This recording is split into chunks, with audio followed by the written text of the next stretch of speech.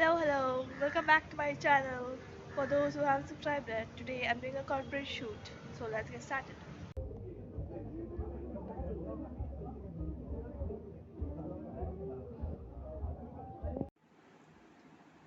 The reason I'm doing this video at home is because I couldn't create it at the venue with all that noise going on in the background.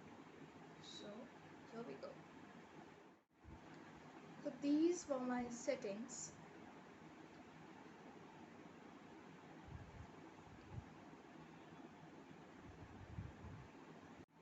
So I shall take you to the settings, and when I want a more brighter image, the number has to go lower, this number has to go, is the camera focusing? So this, and if you want a little less bright, then that number has to go higher.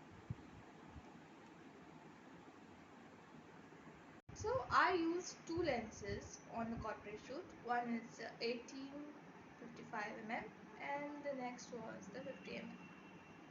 I used the 18-55 so that I could zoom in and zoom out. When I used the 50 mm, my settings were aperture 1.8, then dark. Now there are 2-3 things to a corporate shoot.